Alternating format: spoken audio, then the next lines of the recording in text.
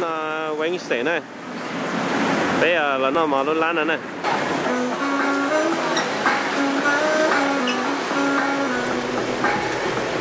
mà nói giờ Christmas này trong ấp hạt cọc lâu nhớ đồ hồ gần chàng tới chấm lo cụ thể của tụi chị lo thế tan thao đồ mình chạy lên cái tôi muốn làm món đồ hồ lúc đó nó vấn đề thầu bây giờ tất cả lòng rồi tới chấm ít cả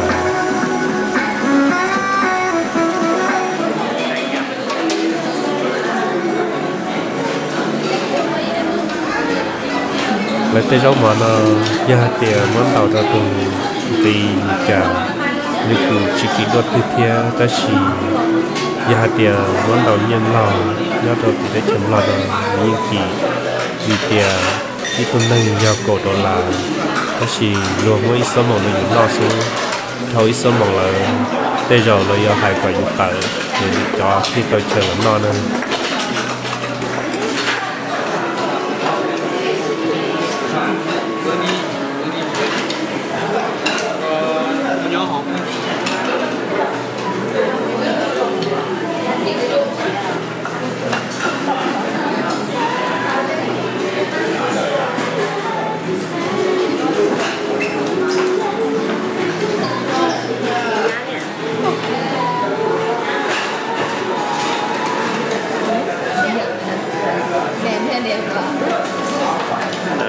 ý thế ý bảo này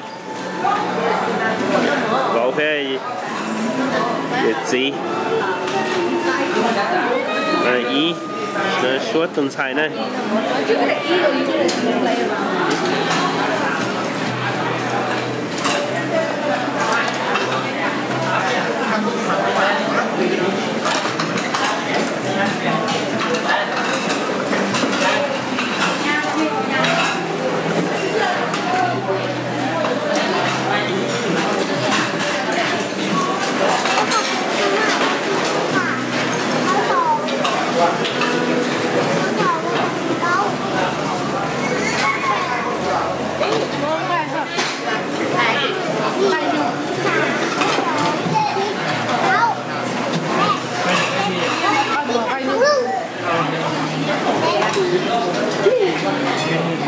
trang cái tủ này,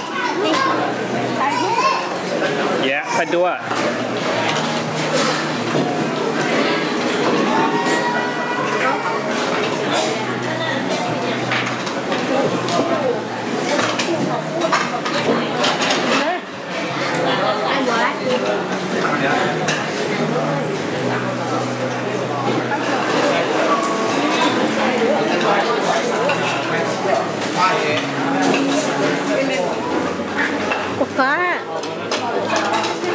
Nó làm một cái này, đi ao đi theo đi, cái này cổ là cắt cửa, bà lù xưa, nó lú lọc câu này,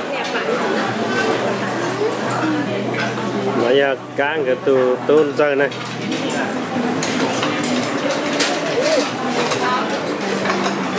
nếu lúc big thì big nữa này, big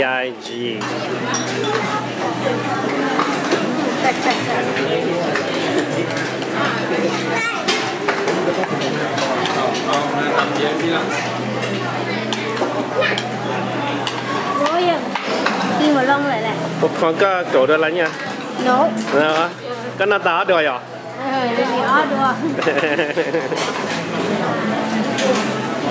Cái này là sầu lá. Sầu lá. Ồ. Chào ít con. Chào ít quá.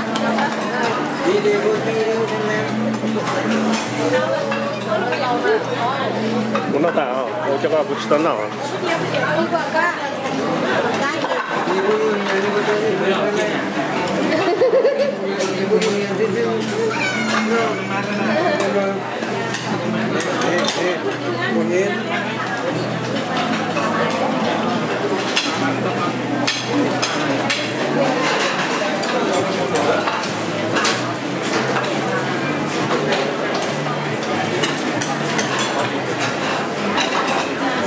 Để có thể chạy.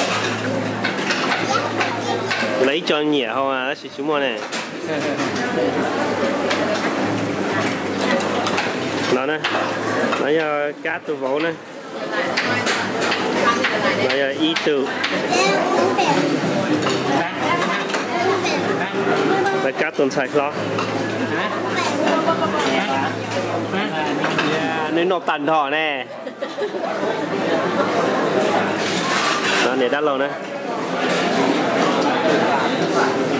Cái tuần nó đã lát nó, để đắt lâu cái tuần đâu cái nào đã nó đây.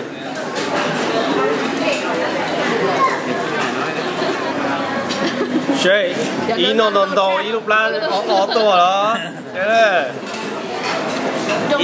Ý mà xa thì nó bây giờ ý đi đấy. Thế ý nó tàn nó cho nó, ý plan ó lo to. Cá cừ, ý nó đâu đi đâu. Chỉ lâu có nó chỉ còn có khá nhiều à? Chỉ còn có khá nhiều luôn á. Nó phải chụp phá chứ. Cho gì chụp phá.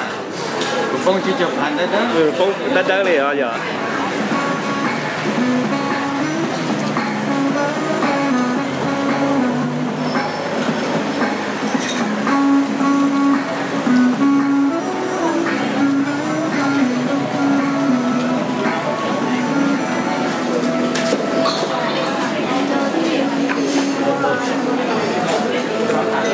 Ôi mới nhiều thầy lấy.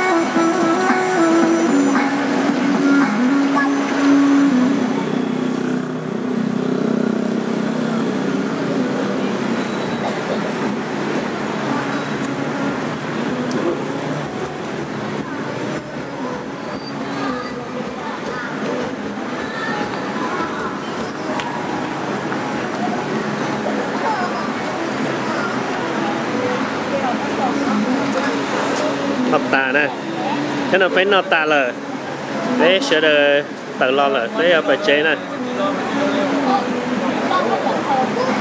Có trâu á? Cá kìa. Trâu hả người giờ?